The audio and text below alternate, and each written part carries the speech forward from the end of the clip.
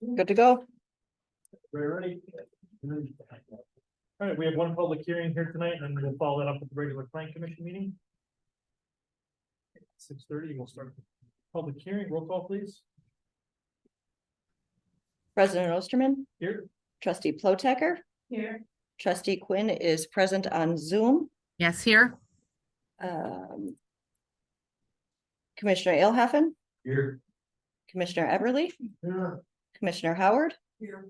Commissioner McCormick, Here. Planner Sumwalt, Here. Attorney Macy, Here.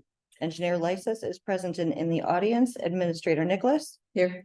And Clerk Elisa Capazzo Ketch to record the minutes. Thank you. Notice was given that a joint public hearing would be held by the Lisbon Village Board and Plan Commission on Wednesday, December 27th, 2023, starting at 6:30 PM at the Richard Young Memorial Fire Station at North 54 West 26455 Lisbon Road. To solicit public comments on a request by applicant Mike Carrick, Hartford Land Development LLC, to rezone the property located at North 80 West 27720 Plainview Road, LSBT 0171.918.001, and the surrounding vacant parcel identified as tax D LSBT 0171.998.002 from A10 Agricultural Zoning District and Shoreline Overlay District, R1 Suburban Single Family Residential Zoning District, and Shoreline Overlay District. Joe, I think your mic is off. Well, now. Hello? Weird. There you go. Hello? I could hear him, Elisa, if that helps at all. Okay. Thanks, Paula. Amazing how many combinations of two buttons there can be. I know. Who's gonna start out tonight? I can. Okay. So the petitioner submitted a concept plan along with their application for, Theirs is off too. Is it 3 dots? yeah, how about now? Nope. How about now? Nope. Whoever that is speaking, I can hear them too. I don't know if that helps. Just tell me to not chime in if you don't need me. Okay, There we go. so the petitioner submitted a concept plan along with an application for their rezoning from A10 agricultural and shoreline overlay district to R1 suburban single family residential and shoreline overlay district.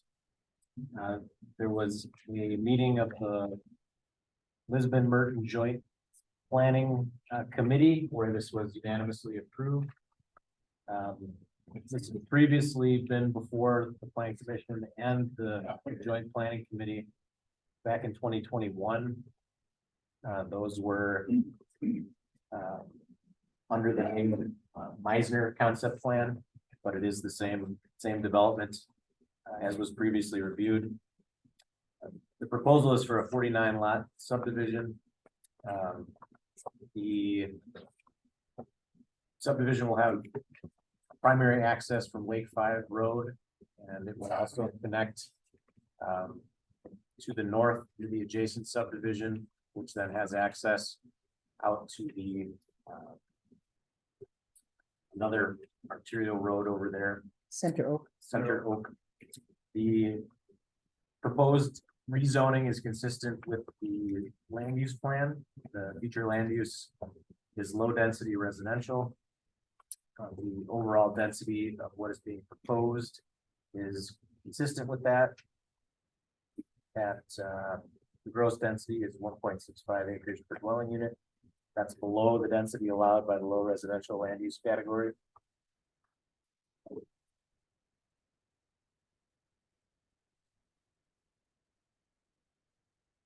The area of Village Shoreland that happens to be on the property was a bit of a surprise. This was something that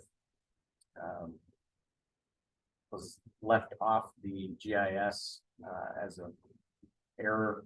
The county corrected it, and it's a very small portion. I'm kind of highlighting it here on the screen. It doesn't impact the development in any way. It's associated with Lake Keesis. There's a 1,000-foot shoreland setback from any navigable water body, and so that's what that's from. So I just wanted to point that out. As far as conditions on this, We just got that the rezoning only apply to the two applicable tax parcel numbers. And that the development be subject to county stormwater erosion control reviews and approvals, and a Village of Lisbon approval of a final plat. The property does have existing buildings on it. There's a home and a farmstead. The home will remain, and the rest of the outbuildings will be raised. And the home will become part of one of the lots of the subdivision, and will meet all of the R1 setbacks as proposed. We do have a representative from the petitioner here this evening, Tony Zanin from Pinnacle. If there are any questions from the commission. Questions so far, commission? No. Anything applicant would like to add at this time? All right, at this time then. We'll open it up to public comment. Is anyone here who wishes to speak for this public hearing? We do have one comment card that was submitted, John and Nina Fleisner, is that correct? You can Step up to the microphone, state your name and address, please. Sure. you'll just have to switch it on right on top. You see it? Slide it just over.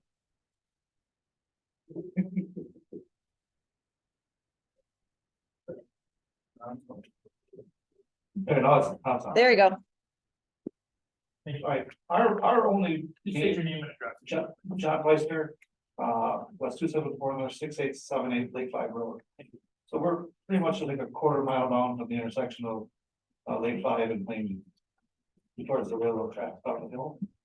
So our biggest concern with all these developments is the amount of traffic that's being developed. We've only been there 2.5 years, and it's already gotten to be quite a bit more traffic than was there originally. Is there any plans at all for any of these intersections to be upgraded or changes that's on the books that we know of? Because I know people come racing down that hill on Lake 5 like crazy. We have our horses out there. And the more traffic that comes, just gets to be more and more and more. So it's our main concern. So it looks fine that way. But I don't know if there's roundabouts planned anywhere. Does any other, are they thinking of slowing the roads down, speed limit on the roads with the additional traffic? That's all I got. Thank you. No, you can leave it on. You wish to speak to? No. Does anyone else wish?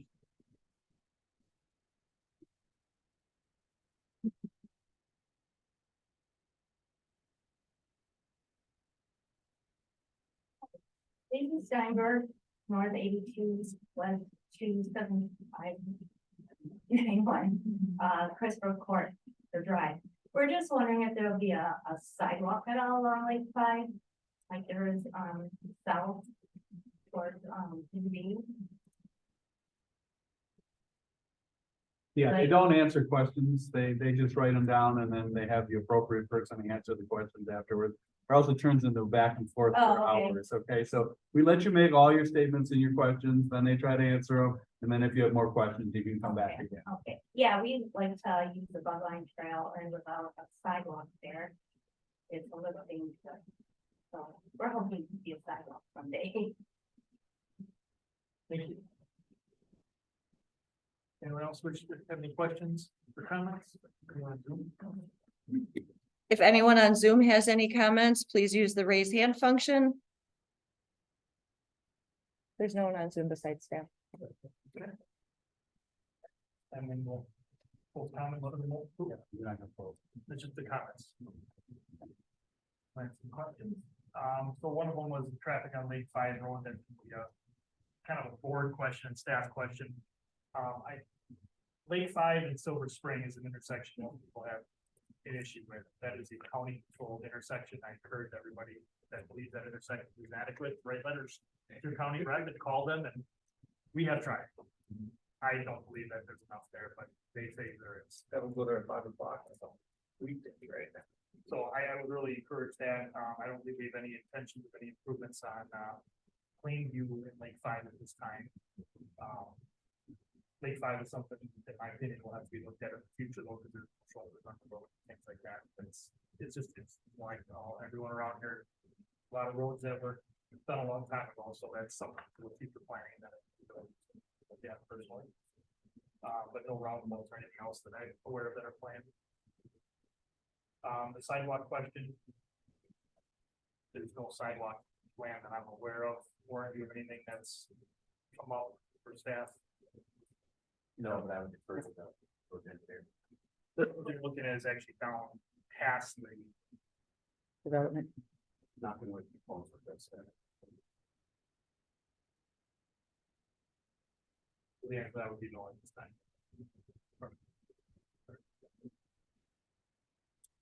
Any questions that have spawned from the commission?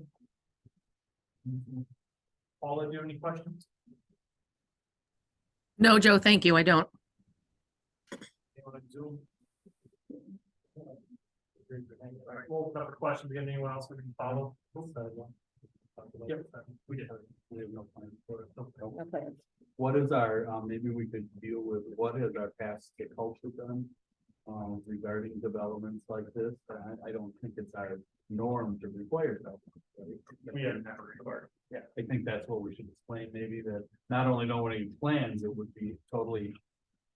Do we have a trail plan or anything that anyone knows about that would have? First, we can't require it of the developer if it's not in a plan. In recent cases, it clearly states that if you want something like that, you have to have developed plans and things like that. And then there's all kinds of new legislation from the state about paths and condemnation for paths and requiring of paths and things like that, making it harder in some respects to even require even when they are in the plan. So I just wanted to expound upon that a little bit. It's not like we made every other developer, put in that kind of trail. We've never required, to the best of my knowledge, we've never required any. We have had walking paths that have been done, like down in Barkwood and a few other developments, where it was the initial plans. Where they connect with other areas. Actually, that was a joint thing with Bert. So actually coming from the south north, there's a path along the side of sidewalk, so to say, but it's a path along. East and south side, south of Plainview there, it does connect up to our park, which then you can get into the bug line, but there isn't any, there's never been any plans north of the bug line going up towards Twin Pines or anything else that I'm aware of. And since Twin Pines 1, 2, and 3, they don't have any trail system or sidewalks in there. I believe that's probably why we've never think so. discussed. I'm sorry. I think they have some paths that connect, like Twin Pines 1, 2, and 3 that they have made. They put it In on. They put in them, but we did not require them. It was something they wanted to. I mean, if a developer offers to put something in as an amenity, as long as we don't have to maintain it or take care of it, that by us, I mean, the village, we don't dissuade them from doing so if they want to put something in. Correct. As long as it's totally up to their homeowners. So I just wanted to talk about what the culture and the past practice. And the paths in Barnwood are private. Yeah, I thought our subdivision ordinance recommended or required some kind of a trail or path and something. That was taken out. I'm not aware that was in there, but I thought the subdivision ordinance had something in there about trails. We have details for what they should put in, should they do that, but we don't have, there's nothing required for that. Okay.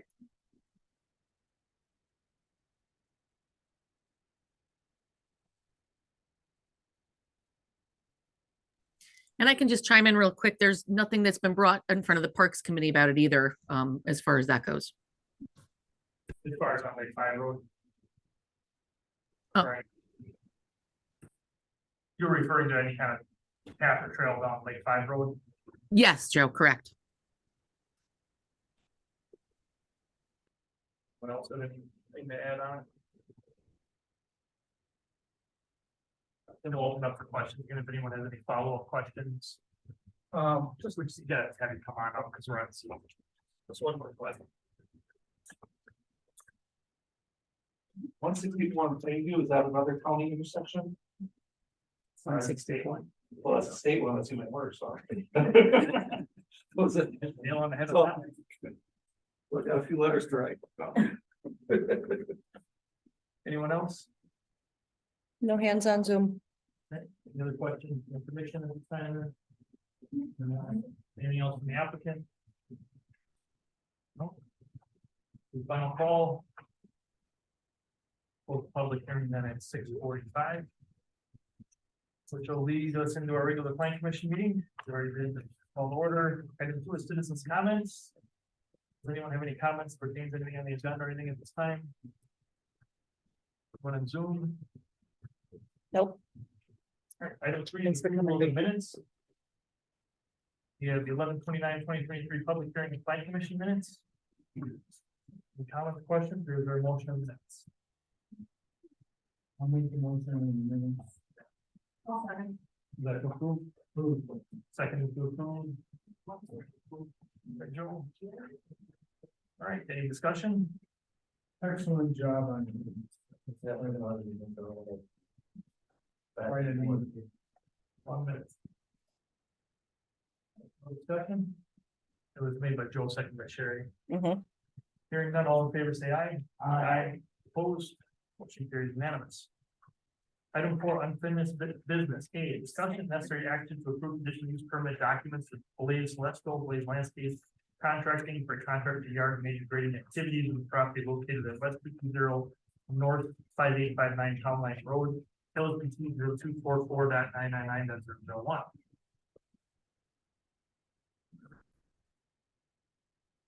The document in front of us. I would just start by saying there's 2 documents. So there's the conditional use permit for the contractor's yard, which is the first of the 2. And then there's a separate conditional use permit for the major grading. Not all of the conditions that were associated with the major grading apply to the contractor yard, and so some of them only appear in that document. An example would be compaction test results from CGC Inc. shall be filed with the village clerk as tests are conducted, so that only appears in that document. Similarly, the preconditions survey shall be offered to Kenneth B. Human prior to the commencement of any filling operation. That's only in that particular document. So as far as the contractor's yard, CU, which was again in the first document, we have a condition requiring this to be reviewed every 2 years, which was in full staff review and something that we approved previously. First go around, we've got the condition for the financial surety. That money is already on hand. The village is holding that. Correct. Work is completed and inspected. We've got a condition that the driveway, number 5, the driveway gate shall be closed and locked unless an employee is on site. Number 6, that an up-to-date equipment list be kept on file, which we have as part of the submittal. And if that changes, it doesn't have to come back for a public hearing again, it just needs to be kept up to date with the village clerk. Any business signage needs to come back for proper approvals. There's none proposed at this time. A revised landscape plan showing the existing hedgerows needs to be submitted to staff prior to issuance of the CUP. That has not been done yet, to my knowledge. I haven't seen it. The all equipment used on site must have white noise backup alarms. That condition does appear in both documents because there is equipment that will be working for both parts of this use, right? There will be some equipment that's there and intended for the filling operation. And there will be some equipment there that's part of the Blaze's business operation for his landscape contracting. So it's a confusing one. I'm gonna speak up. The driveway approach from Town Line Road shall be paved with asphalt to the property line. That's already been completed. Again, that only appears in this document. And then the rest are our boilerplate conditions that appear in most of the other conditional uses that have come before the commission. So The issue here is, and I want to remind the commissioners and the board that it is not typical that the staff brings things back. Was that your specific request based on your detailed, comments and concerns that it's been brought back? So it's your homework time to compare the minutes that you've already complimented the staff on creating, refreshing your recollections as to what your concerns were, and then trying to stump us to make sure that we caught everything that you wanted. So that's really why we're here tonight. It's sort of a anomaly by doing it this way, but we thought it was important enough, and that's what your direction was to us last night. So the question that we have before us, does this meet the criteria that was laid forth or not? There really has to be caution on kind of discussion that's had. Right, I mean, we're not reinventing the wheel. We can only base it on what was discussed at the hearing. Based on the testimony, it is a conditional use, it's still quasi judicial. We're not taking further testimony. All we're doing is trying to capture, your directive. I have a question, it's just a matter of how this is going to work out. The condition regarding the review of the CU every 2 years, how is the way that this is stated, the onus is on the property owner to request that inspection? How is that gonna be tracked? That's, I mean, relying on someone to request a, I mean, that's not how we do some of these other ones, so I just wondering, how is that gonna be tracked?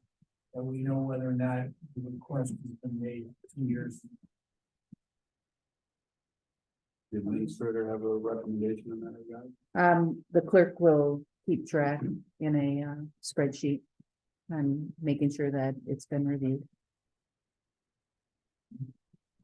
Would it be the goal that a reminder would be sent to them or not sent to them? I mean, let me ask you this question. Do we have any others that we do this way? We do the No. quarries, obviously, but Just the we take quarries. the onus to go assign people and to do this, to do the quarries. Right, Would you think that we should do it the same way, put it on an agenda 18 months from now and ask if anybody wants to volunteer to go out and check it? Or, there are different ways we could do it, and I think Commissioner Everly's question is good. I mean, if the commission has a feeling of how they'd like it to be done, we'll be receptive to that, but we've answered that we don't really have a procedure in place. Right. They'll put a tracking system in the computer and,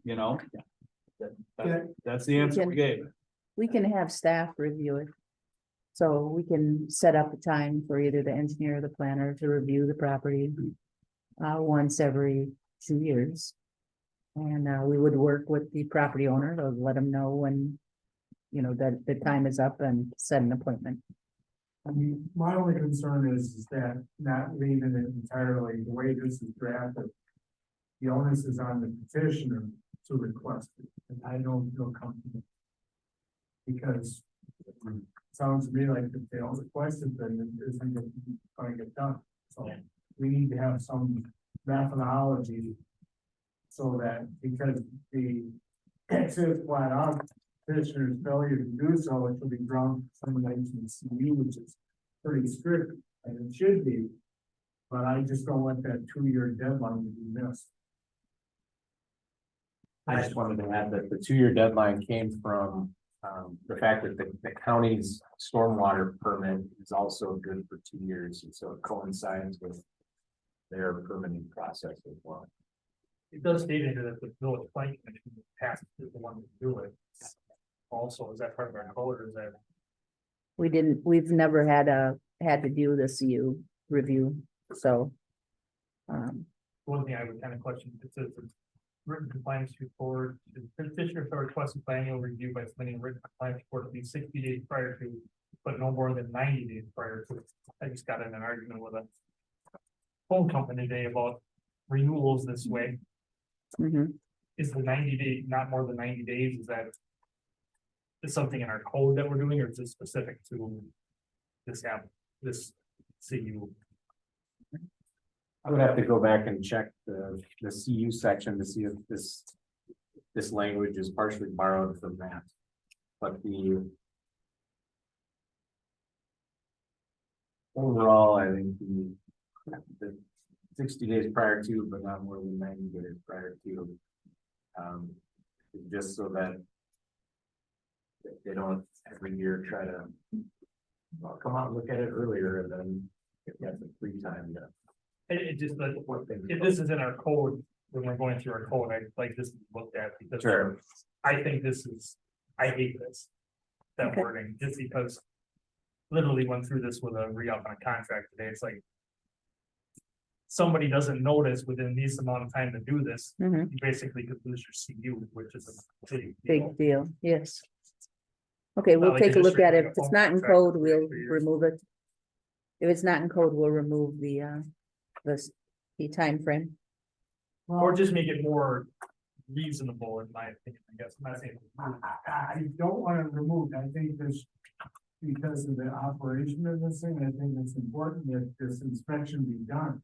I just don't want it to be missed. Well, we're not saying that it would not be done. What we were saying was the timing of, it's gonna be within 2 years, but specifically to state that it's 30 days, between 30 days and 90 day situation, we can I just remove like- that portion, but we Yeah, would- I'm not, I agree with Joe not removing, I just wanna Right. be a little bit more lenient on. the time frame. I think the spirit or the intent of the language here is for the petitioner to take ownership of this and that it really is their deal moving forward to keep on top of this and make sure that they're in compliance and coming back to report that indeed they are, so that you don't have to hunt them down. If they go dark and you just don't hear from them, then you put it on an agenda for discussion. And you discuss, do we start the revocation process or what? And at that point, you say, you know, have we been able to get in touch with the property owner, yes or no? And you go through the motion. I understand that point, but my concern specifically is 2 years from now, nobody sitting in this room may be here. So who's going to remember? It's 2 years, this was supposed to be done, we need to go to the next step. Mhm. That's what Well- I'm concerned about. So, Joe, I understand your concern, but it is, the way it's written, it's on the onus of the property owner. So if we don't get a notice out to them, hey, it's time to review, and they don't do it, that's on the property owner. I think how we handle it in the office itself isn't actually part of the conditional use. I think we're talking past each other. I understand exactly what you're saying, and I agree with. However, if somebody at the village level doesn't put this down to check specifically on this, there's no guarantee it's ever gonna get done, because if the petitioner doesn't do it, who's gonna remember it hasn't been done? The petitioner doesn't do it, and we don't remember.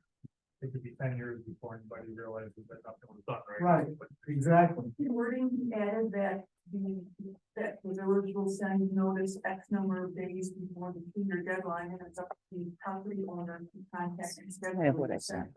session. That covers both. The only thing that matters if we don't send a notice and it's on us. Then it's Yeah, on us. exactly. Whole goal is not that. So, Yeah, But I think that addresses what trying to say about Lisbon taking some notice of it too. When you I say. think we'll probably review it. When we sit down and when this passes and everything's done, we'll sit down with a possible way of remembering. And so one of the ways that we might be able to tie it to our quarries, we never forget our quarries. Every year we do our quarries. At that point, we can double check to see if a conditional use is timed to be reviewed. It's not I would assume that in the future, we may have others that we want to put this type of restriction on, that it's going to be reviewed every 2 years. So that would be the same place we would look at, we would add this to kind of our quarries and all of our CUs that we're reviewing on an annual, biannual basis.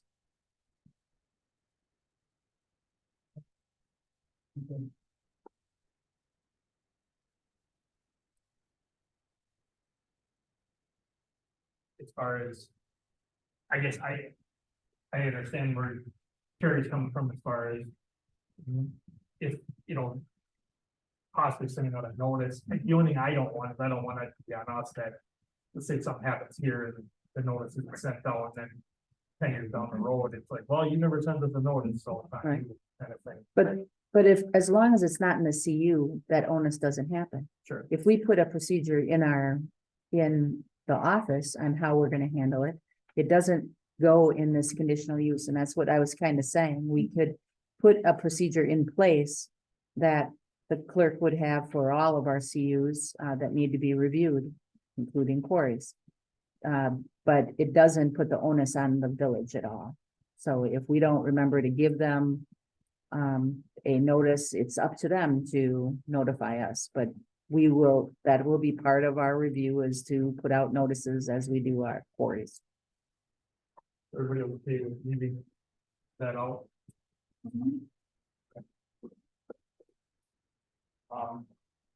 Anything else? You go. I have nothing else. Brian? Thank you. I don't have anything. Sherry? No, I'm good. Don? Anything else from staff?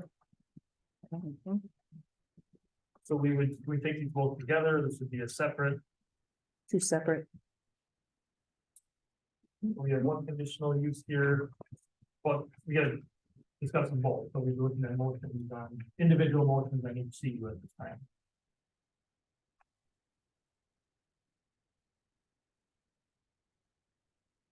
Motion file. Just a, I'm sorry. I noticed on the front of the CU, it says that, we're talking on, wording on the first sentence. Says Blaze Landscaping and Dwayne Highland. And I look at, so who's signing this as the applicant? Place. It says the applicant is Blaze Swasso is signing the CU, yet the first page says the owner is Dwayne Highland. It's Blaze and Dwayne Highland. Yeah, it's a ground lease situation. That's, so the county has Mr. Highland still on there. Should he be a signatory to the CU? That's a legal question. I just want to make sure that we got the parties covered, because you look on the signatory page. That agent trustee of Blaze Landscaping and a signature, but the applicant is down as Blaze. Do we need? Yeah, sorry. Yeah, do we need Dwayne Highland signing this? He's the owner. No, so that's- he's the owner. He's a co-owner. Yeah, I would use the term co-owner. Yeah, he's a co-owner. Because Blaze is also listed on. And so Blaze Or or Blaze Blaze's Landscape agent Contracting. will sign the contract. Okay. That's your. Unless you see something, Attorney Macy. Well, you got three names you're talking about here, and I'm trying to wrap my arms around three different names. If you go to the signature, if I'm looking at it correctly, you have Blaze Landscape Agent, so, and trustee, So it would be, or Blaze Landscape. we would anticipate it would be Blaze signing on behalf of That's who signed it. Blaze Landscape Contract. And then Blaze. But the point then is that the owner should also sign or all these. Been found with, if you're giving, Even though they're a co-owner, you want both owners to sign? I think that would be better. That would be my recommendation. Okay. And we'll add a signature line.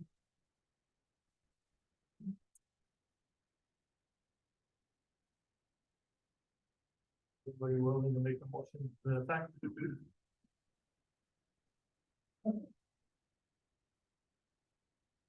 So I'll make the motion to approve the major grading conditional use. With the changes that were just listed. For the signature. Is there a second? I'll say. Any other discussion? All in favor, say aye. Aye. Opposed? Motion carries unanimous. All right, so major grading one is done. We'll be looking at the contractor yard to you. We'll make a motion on that one. I'll make a motion to continue discussion with that this evening. The operation of the contract yard conditioning.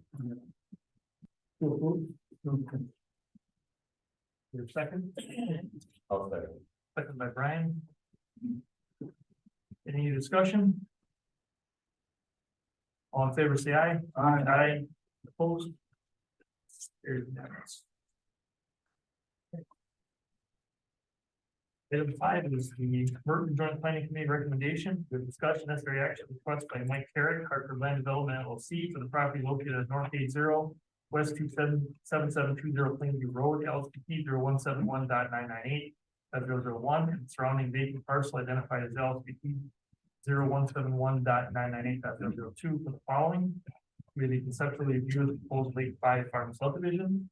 Then we have the rezone from the A10 agricultural zoning district, and shoreline overlay district, the R1 suburban single family residential zoning district, and shoreline overlay district, and recommendation to the village board of the same. So the conceptual review of the subdivision, that is something that was not covered in the public hearing, so that's up for discussion.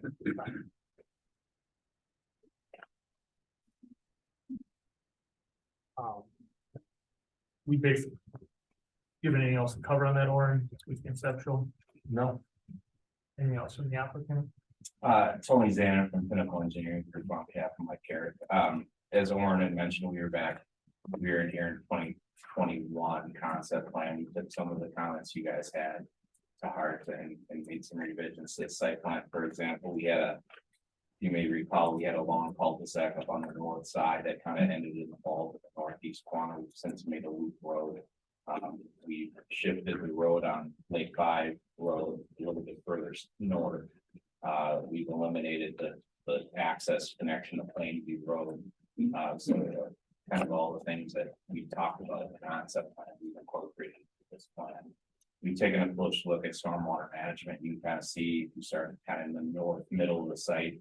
There's an outlot between lots 26 and 27. That'll pick up some water that's coming from the north property, adjacent property into ours, and then you'll see outlots through the center of the property down to the southeast corner. So we're a little more advanced, than we were in 2021. So we just came today for the concept and the rezone, and then we will be coming with a preliminary plat shortly after. And then construction wise, if everything goes positive, we be until the end, toward the end of next year.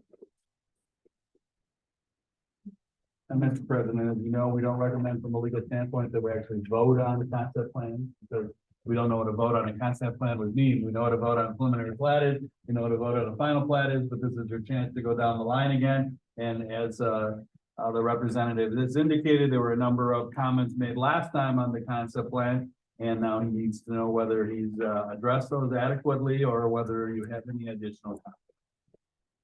Maybe we could start with staff, maybe if the planner or the engineer have any preliminary comments based on the concept plan.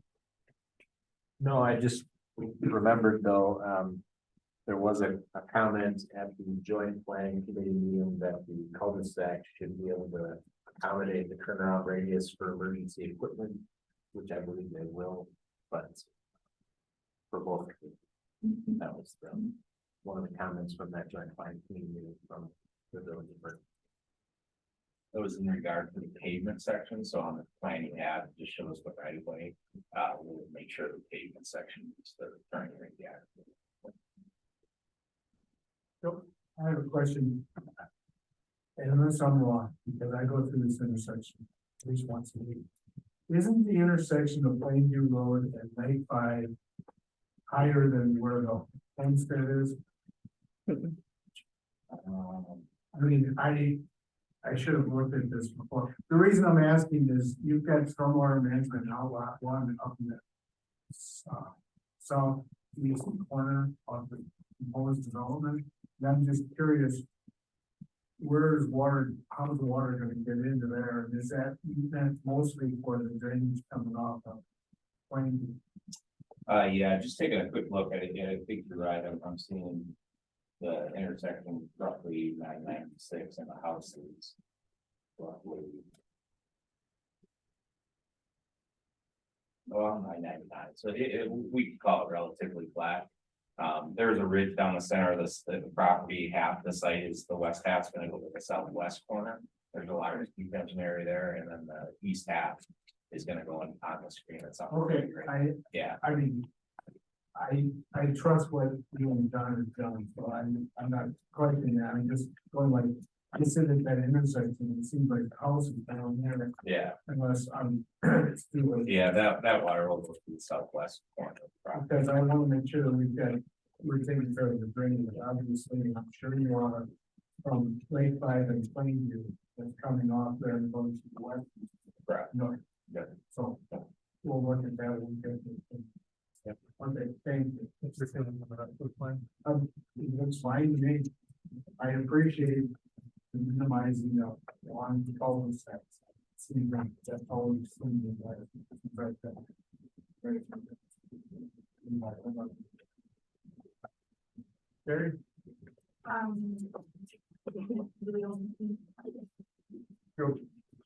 What's presented so far, you're okay with? Don? Yeah, I'm good with that, with Joe. Brian?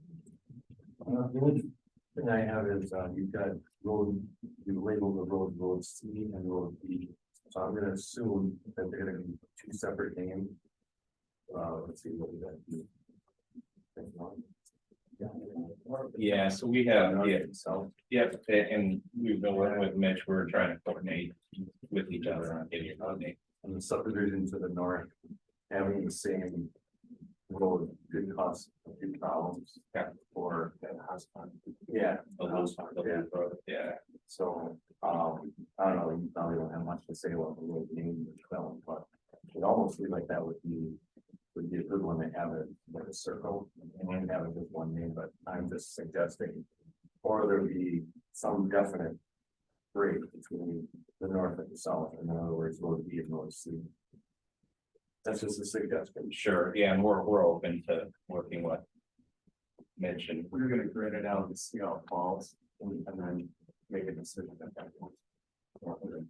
As far as we had a few little glitches here and there. Okay. Because of the dividing. Okay.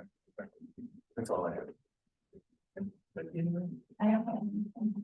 if you don't have a concept, I appreciate what you guys are doing. I like what's good. Right, and the rezoning. Right before us. Comments or questions, or is there a motion on the rezone? And as you note in the conditions, it's all subject to the final plat being approved. We don't conceptually, and they know that. We don't approve these unless the plan's gonna go ahead. If they walk, the rezoning doesn't occur and somebody else would have to start over. You're doing it so that they get a final plat, and of course, that would mean some substantial conformity with the concept plan that you're looking at any time. I'll make a motion for the, acceptance of the approval of the proposed rezoning for the parcel in question. Subject to the conditions in the plan as report. This is a recommendation to the village board, subject to those conditions. I hope. Right. Thank you. Is there a second to that motion? Ron, second? All right, any discussion? All in favor, say aye. Aye. Opposed? Carried unanimously. Item 6, plan report. We do have a submittal in our next meeting next year. And will include public hearing, correct? Correct. So Surprise. 3, but all related. it's for a storage facility. On the file. Okay. That's all I have. No, on 164. Sorry, on 164. Yeah, it's like. It's not like 5. Sorry. It's on 164. If they're conceptually calling it Lake Farm Display. All right. Thank you. Item 7 is adjournment. Is there a motion to adjourn? By Brian, is there a second? By Sherry, discussion on favor? Aye. Opposed? Everybody vote in favor of that one? Yes, yes. Unanimous, or we need to adjourn at 7:15.